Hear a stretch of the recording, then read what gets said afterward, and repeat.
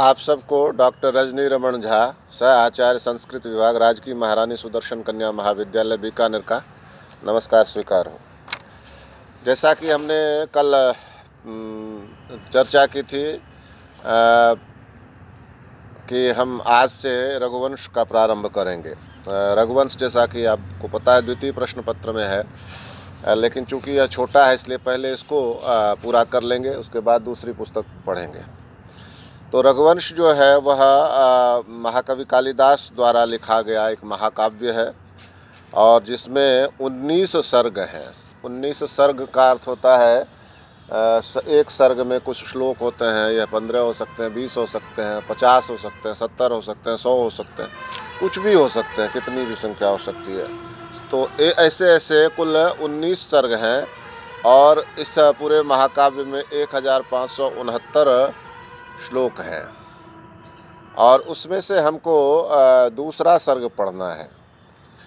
अब महाकवि कालिदास की जीवनी के बारे में थोड़ा बहुत ऐसा कहते हैं कि जानकारी रहनी चाहिए।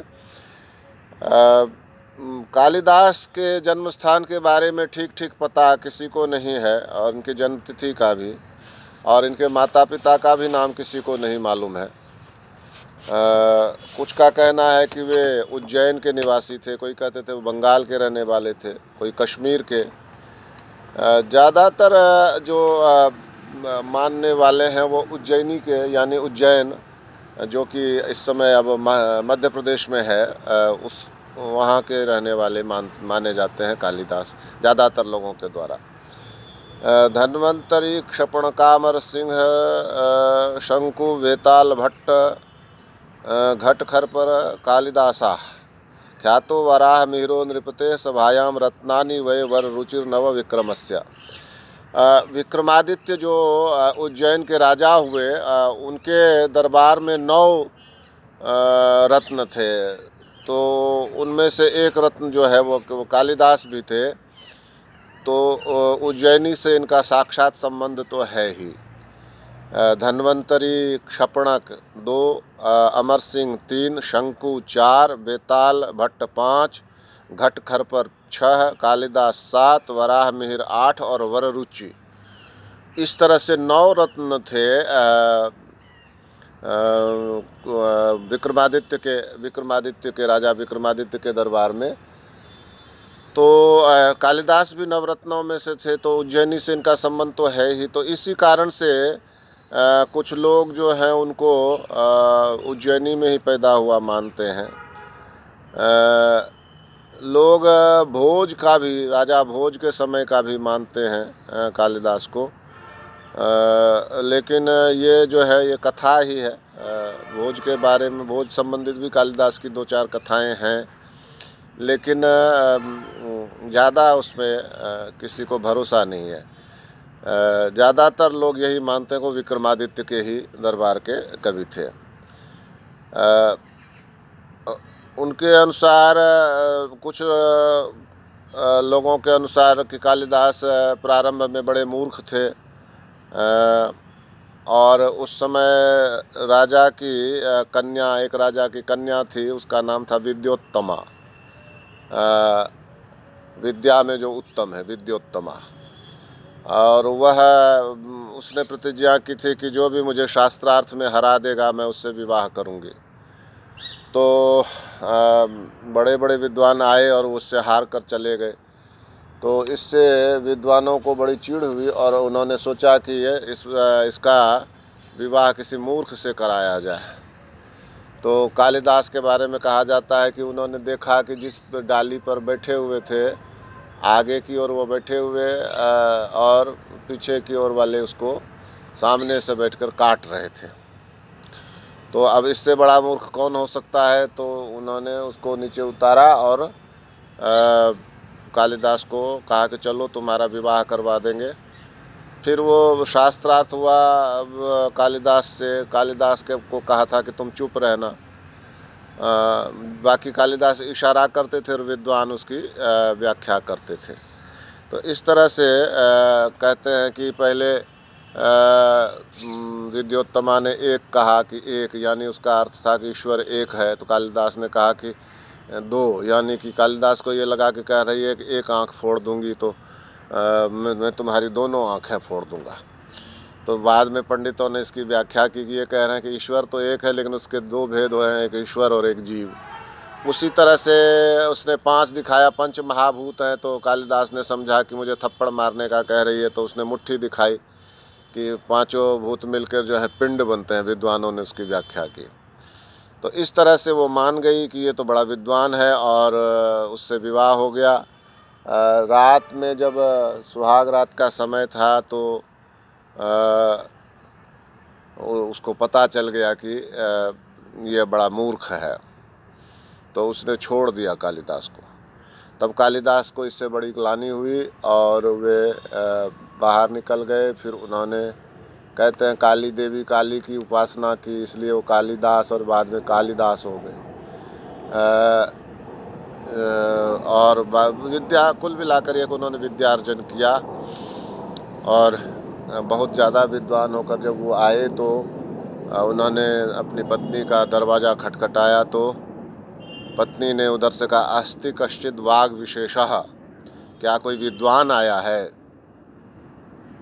तो कालिदास ने अस्ति, कश्चिद और वाग, इन शब्दों को लेकर 3 ग्रंथों की रचना की। अस्ति से उन्होंने कुमार संभव की रचना की। अस्ति अस्तित्वरस्याम दिशि, जो उत्तर दिशा में क्या है, नगाधिराजो हिमालय नाम, हिमालय नाम का जो पर्वतों का राजा है, वहाँ से प्रारंभ किया उन्होंने कुमार संभव को। और कश्चित से उन्होंने मेघदूत प्रारंभ किया, कश्चित कांता विरह गुरुणा स्वाधिकारात् प्रमत्ता। और वाग से उन्होंने रघुवंश, जो अभी हम पढ़ने वाले हैं, उसके रघुवंश, वागर्थाविव संपृक्तो वागर्थ प्रतिपत्तये भवानी शंकरो वंदे, भवानी शंकरो वंदे पार्वती परमेश्वरो, जगतः पितरो वंदे पार्वती परमेश्वरो। जगत के जो माता पिता हैं वो पार्वती और परमेश्वर की मैं पूजा करता हूँ, वंदना करता हूँ। तो इस तरह से उन्होंने 3 ग्रंथों की रचना की कालिदास ने। तो उसमें से जो 3 प्रसिद्ध ग्रंथों में से एक ग्रंथ है रघुवंश। रघुवंश के बारे में यह 19 सर्गों का है, जैसा बताया आपको। 1569 श्लोक हैं और सब के सब बड़े ही शानदार सर्ग हैं। पहले सर्ग में राजा दिलीप का वर्णन है, जो अयोध्या के राजा थे और हर तरह से एक योग्य राजा थे। प्रजा पालन में हमेशा तत्पर रहते थे।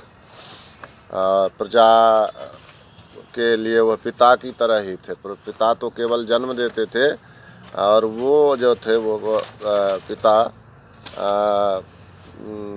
थे वास्तविक। वही प्रजा नाम विनयाधानात्, प्रजा को पढ़ाने लिखाने का काम करते थे। भरणात्, उनका भरण पोषण करते थे और रक्षणात्, रक्षण भी करते थे। तो इन कारणों से पिता का यही काम है, भरण पोषण करे, रक्षा करे और विद्या दिलाए, अध्ययन करवाए। तो ये तीनों काम वो दिलीप करते थे प्रजा के लिए। इस कारण से वे प्रजा के वास्तविक पिता थे।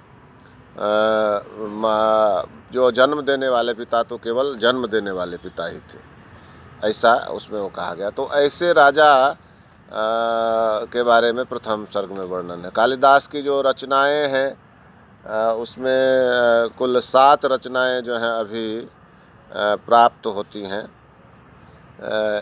एक पहली रचना है ऋतु संहार, इसमें अलग अलग ऋतुओं का वर्णन है। दूसरी रचना है मेघदूत, जो कि इसमें एक यक्ष द्वारा मेघ को दूत बनाकर संदेश भेजने का वर्णन है, अपनी पत्नी तक संदेश भेजता है वह। तो मेघदूत दूसरी रचना है। तीसरी रचना उनकी जो कुमार संभव नाम का महाकाव्य है, जो थर्ड ईयर में आपके, उसमें भगवती पार्वती का भगवान शिव से विवाह और कुमार कार्तिकेय की उत्पत्ति का वर्णन है। तो चौथा इनका महाकाव्य जो है वह रघुवंश है, जो रामचंद्र जी के वंश का वर्णन है, जिसमें पूर्वजों का भी और उनका भी और उनके आगे वालों का भी, वंशजों का भी। तो रघुवंश, और इसके बाद फिर 3 उनके नाटक हैं, मालविकाग्निमित्र, विक्रमोर्वशीयम और अभिज्ञान शाकुंतलम। तो मालविकाग्निमित्र जो उनका नाटक वो पहला है, विक्रमोर्वशीयम दूसरा है, और अभिज्ञान शाकुंतलम उनका तीसरा नाटक है, जो सर्वश्रेष्ठ नाटक माना जाता है। अभिज्ञान शाकुंतलम अभी द्वितीय वर्ष में वह लगा हुआ है कोर्स में, अभिज्ञान शाकुंतलम।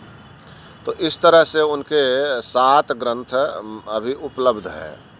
इसके अलावा भी कहते हैं कि और भी ग्रंथ उन्होंने लिखे होंगे।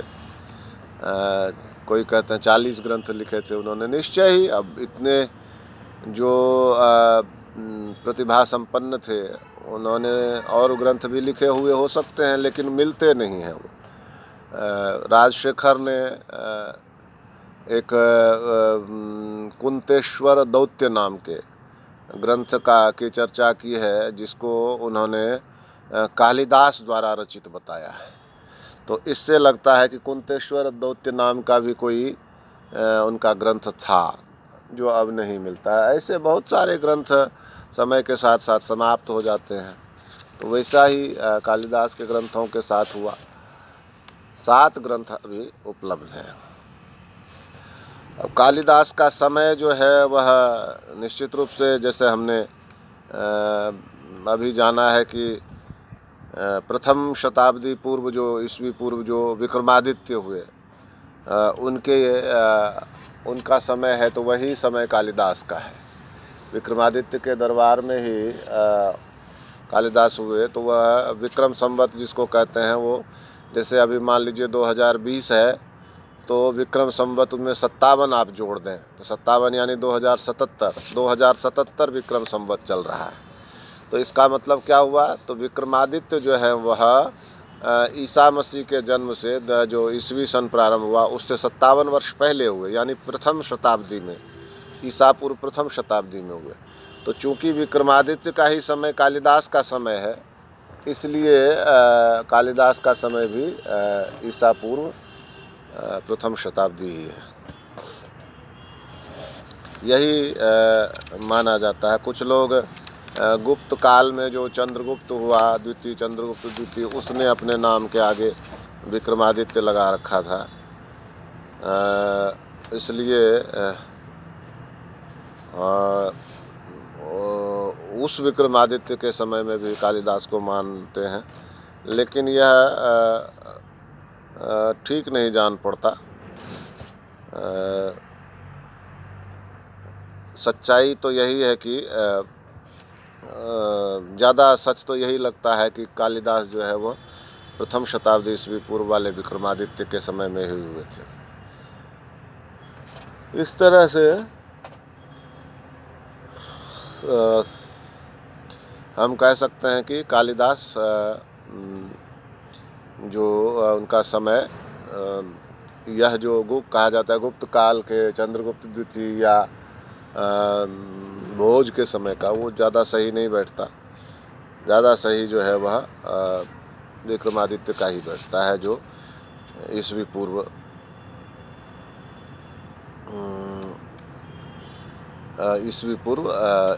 प्रथम शताब्दी है।